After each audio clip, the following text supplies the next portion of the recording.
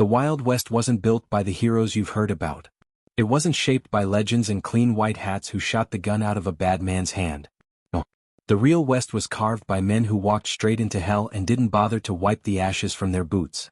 Men who lived with a gun in each hand, and the knowledge that every sunrise might be their last. Most of their names have been polished into myth. Wyatt Earp, Wild Bill Hickok, Billy the Kid. Famous, romanticized, safe enough to put on a poster. But there was another kind of name. A name that made outlaws change direction. A name that made cowards fall silent in the saloon. A name the powerful tried to bury so deeply that history would forget it ever existed. This man didn't toy with justice, he enforced it. Not with fancy speeches or silver stars, but with iron, fire, and a stare that told you he'd already measured your coffin. He killed more gunmen than Wyatt Earp ever faced. He put more killers into the ground than Billy the Kid ever dreamed he could. He didn't seek fame. He didn't ask for glory. But he earned fear, and fear lasts a whole lot longer. He was a soldier before he learned what honor meant. A Texas Ranger before he learned what mercy was. And a sheriff before anyone understood just how far he was willing to go to keep the dead from outnumbering the living. Outlaws dreaded his footsteps. Corrupt politicians whispered about him in locked rooms. Every man who crossed him either ended up behind bars or beneath the dirt. His name was Dallas Stoudenmire. And for a short, bloody time, he was the most dangerous lawman in America. This is the story of a forgotten devil who brought order to a land ruled by chaos.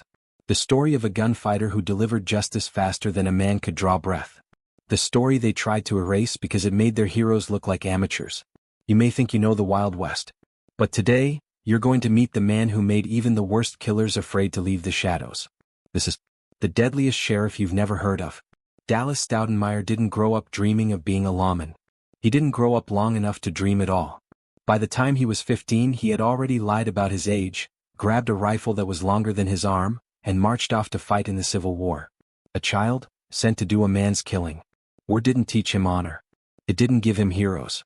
It showed him what a bullet does to a human body, and what happens when you hesitate a second too long. Every battle carved something out of him. Fear. Doubt. Whatever softness had lived in his heart didn't survive the smoke. When the South fell, the army spat him back out into a world just as violent as the one he'd left. The West wasn't a land of opportunity. It was a wide, open wound, and every kind of predator came crawling out of it. Gambling dens ran the towns. Raiding parties tore through ranches, smugglers owned the border. If you couldn't defend what was yours, you didn't deserve to keep it. Most men tried to escape the killing. Dallas Stoudenmire walked straight toward it. He wandered from job to job, never staying long. He was tough enough to survive but too dangerous to keep around. Until he found the one place where violence wasn't a problem, it was a qualification. The Texas Rangers. There he fit like a bullet in a chamber. His accuracy became legend. His speed? Something close to supernatural. They said he never fired a warning shot, because a warning meant you weren't sure. And Stoudenmire was always sure. But even among hard men, he stood apart. He didn't fight for glory. He didn't care about praise. He did what needed doing, and left the dead where they fell. The Texas Rangers gave him a badge, and he turned that badge into a nightmare for anyone fool enough to challenge him. Yet destiny wasn't waiting for him on the prairies. It wasn't waiting in the ranger camps. His true legend, the one soaked into the dust of American history, was waiting in a place where the law had been murdered and buried long ago. El Paso. A border town so deadly that even killers double-checked their guns before arriving. A town ruled by smuggling, corruption, and raw fear. A town desperate enough to hire a man like Dallas Stoudenmire, and stubborn enough to think they could control him. In 1881 he pinned on another badge. Not a ranger's star this time, a sheriff's badge. He walked into El Paso with 2 revolvers on his hips, a reputation trailing behind him like a shadow, and the cold confidence of a man who had already lived longer than he ever expected. Nobody knew it then, but the streets of El Paso were about to run red. And every outlaw from Mexico to New Mexico was about to learn a name they would never forget. Dallas Stoudenmire had arrived. And the West would never be the same. El Paso in 1881 wasn't a town. It was an open tomb waiting to be filled. The Rio Grande didn't divide nations, it divided the living from the dead. Every night, gunshots cracked across the border like church bells for the damned. Men vanished in the alleys. Bodies were dumped in the river, left to roll downstream until the coyotes finished the job. Lawmen had come before. Some ran. Some drank themselves numb. Others were buried within the week. The sheriff's badge in El Paso didn't make you important. It made you a target. But Dallas Stoudenmire wasn't like the others. He wasn't scared of trouble, he was trouble. The city officials begged him to take the job. Corruption was choking the town, and blood was starting to feel like rainfall. They needed someone who could scare the darkness back underground. He didn't hesitate. He simply stepped forward, strapped on his badge, and tightened his grip on the only kind of order the West understood: cold, iron law. When he arrived, the streets fell silent for a heartbeat too long. He walked into the six-shooter capital of the world with two heavy revolvers riding his hips and a stare sharp enough to shave the stubble off a man's fear. He didn't need to say a word. Everyone watching already knew. If you tested him, you'd die before your hand reached leather. Gamblers paused mid-shuffle. Smugglers pulled back into the shadows. Cowboys lowered their whiskey and studied the stranger who looked more like a storm than a sheriff. Rustlers scattered their eyes to the floor, wondering which one of them would be the first example he made. The bravest criminals, the ones who used to laugh at the law, found themselves suddenly dry-mouthed and sober. Because Dallas Stoudenmire didn't come to negotiate. He came to end the chaos. To put the fear of justice back into men who thought bullets made them immortal. He had been hired to clean up El Paso. But the way he saw it, cleaning required removing the dirt. All of it. And soon, everyone in that violent border town would learn exactly what that meant. The West had brought him its worst. And he was just getting ready to fire back. April 14, 1881.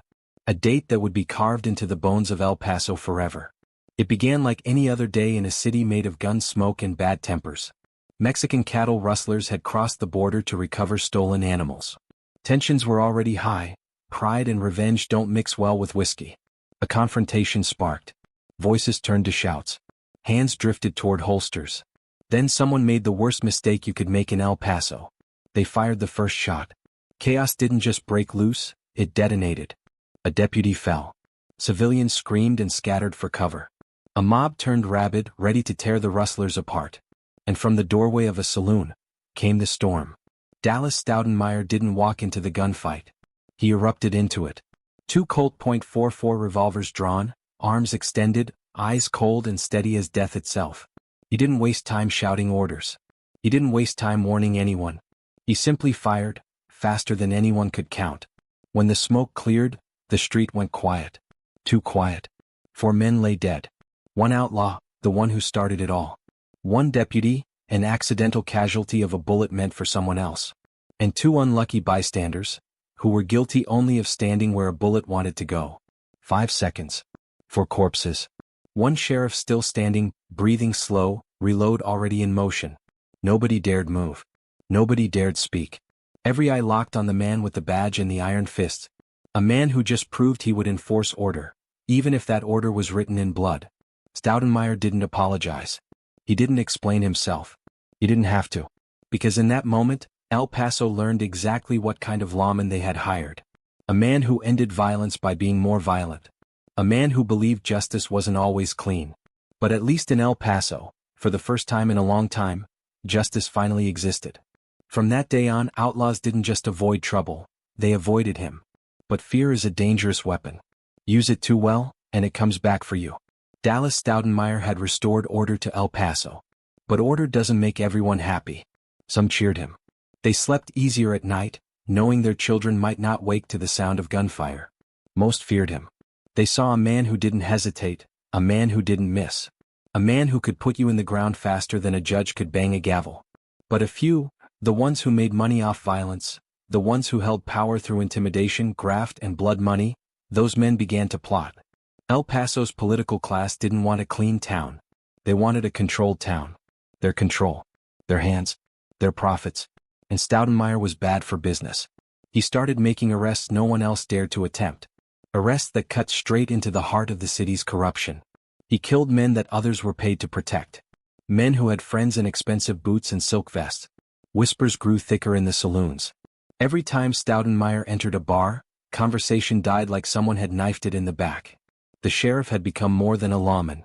He was a force of nature. A storm that rolled in fast and didn't care who got struck by lightning. But powerful men hate storms they can't control. And they sure as hell weren't going to let one sheriff ruin their empire. They studied his weaknesses. Because every unstoppable man has a crack in his armor.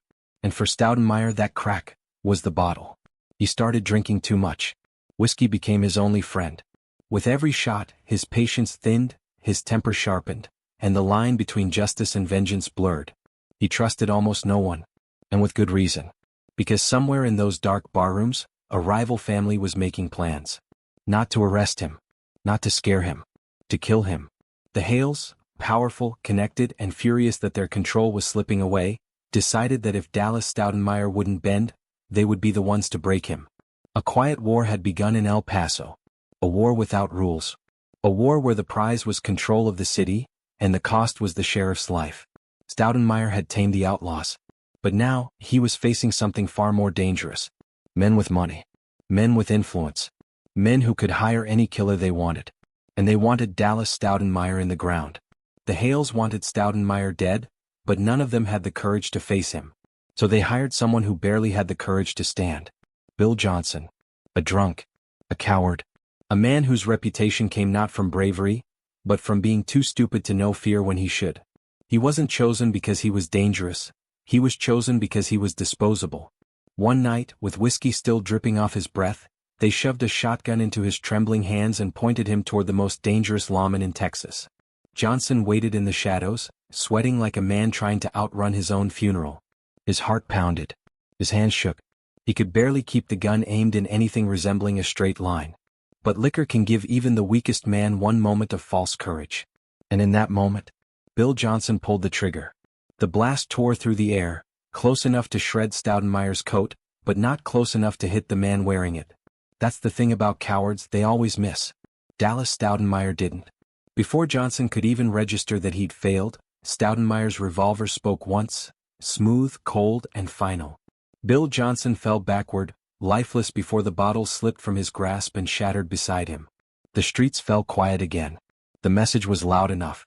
The Hales had tried to kill the devil. And failed. Stoudenmire looked down at the body and saw nothing worth remembering. To him it wasn't a victory. It was a warning, a reminder that his enemies weren't done. Not even close. Word spread fast. If you wanted Dallas Stoudenmire dead, you'd have to send someone a lot meaner. Someone sober. Someone who didn't mind dying as long as Stoudenmire died too. That's when the Hales realized the truth. If you want to kill a devil, you have to unleash another devil. And El Paso had plenty to choose from. July 27, 1882. The day the devil finally came to collect. Dallas Stoudenmire stepped into a dimly lit backroom, a room thick with sweat, secrets, and death waiting just beneath the floorboards. 3 men stood inside. The Hales, fueled by hate and cowardice, and a hired killer who cared nothing for politics. Only for payment and blood. They didn't bother hiding what they wanted. Guns were already drawn. No escape. No bargaining. No chance. One of the Hales grinned, eager to see a legend fall. You ain't walking out alive, Dallas. Stoudenmire didn't flinch. He'd stared down death too many times to blink now. He raised his head, eyes burning like gunpowder catching flame. Then I ain't walking alone.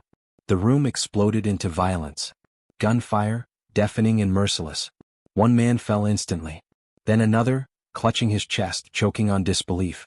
Stoudenmire had done the impossible. Again. 2 killers dead in a heartbeat. But this time, his luck ran out one shot too soon.